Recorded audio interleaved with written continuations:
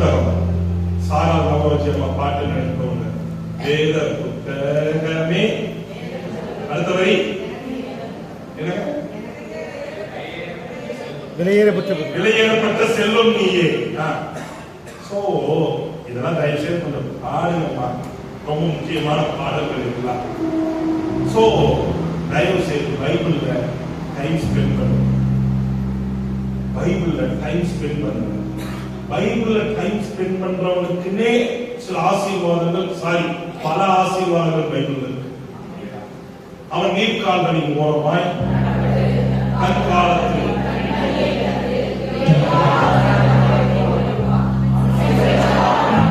எல்லாம் தெரியும். நான் பைபிள் மட்டும் எல்லாம் தெரியும், பைபிள் மட்டும் சொல்ல மாட்டேன். நீ ஆவியானவர் உங்கள் ஆவியை ஏறி எழுப்புகிறார். நீ பரிசுத்த ஆவியானவர் என்ன சொல்றாருன்னா, என் மகனே என் மகளே, என் வேதத்தோடு நீ இணைந்து விடு. என் வேதத்தோடு இணைந்து விடு.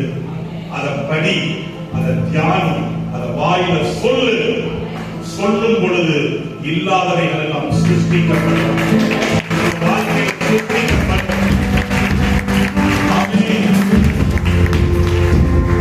வார்த்தைக்கு உருவாக்குகிற வல்லமை இருக்கிறது. அல்லேலூயா. அதனாலதான் இயேசு போய்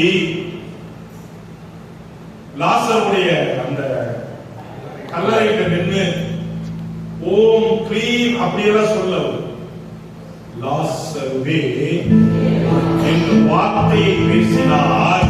செத்தவன் அப்படியே வெளியே வந்துட்டான். கையை தட்டினாமே.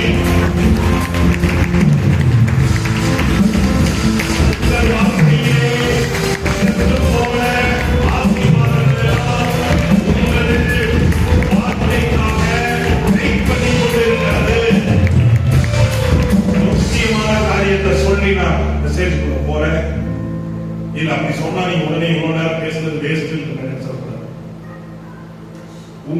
உங்க வார்த்தைக்காக உங்கள் செத்து போன ஆசீர்வாதங்கள் வெயிட் பண்ணிட்டு நீங்க எப்ப வாயத்திறந்து சொல்ல போறீங்கன்னு சொல்லி இயேசு சொன்னார், லாசருவே நீங்க சொல்ல போறீங்க, என்னுடைய ஃபினான்ஸே நீ வெளியே வா. என்னுடைய நீ வெளியே வா. என்னுடைய டிரான்ஸ்ஃபரே நீ வெளியே வா. என்னுடைய ஆசீர்வாதங்களே நீ வெளியே வா. ஆமென். ஹalleluya. வெளியே வா. ஆமென். வெளியே வா. இந்த சபைக்கான ஆசீர்வாதங்கள் வெளியே வா. ஆமென். ஹalleluya. ஆமென். அவரோட வார்த்தையை சொன்னே என்ன ஆகுது? உயிரோட வருது. ரெஸ்பான்ஸ் பண்ணுது. உசுரோட இருக்கிற நீங்களும் நானும் எவ்வளவு ரெஸ்பான்ஸ் பண்ணாங்க.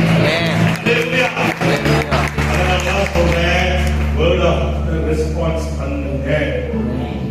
அதனால கர்த்தர் சொல்வார், மலையை பார்த்து ஜெபின்னு சொல்ல மாட்டார், மலையை பார்த்து பேசுவார். கடவுளுடைய வார்த்தையை நீங்கள் பேசும் பொழுது அங்கே இதுவரை இல்லாத ஒரு வாசல்களும், இதுவரை இல்லாத ஒரு உயிர் நீட்சியும், இதுவரை இல்லாத ஒரு பெரிய ஆசீர்வாத எழுப்புதலும் உங்கள் வாழ்க்கையில் நடைபெறலாம்.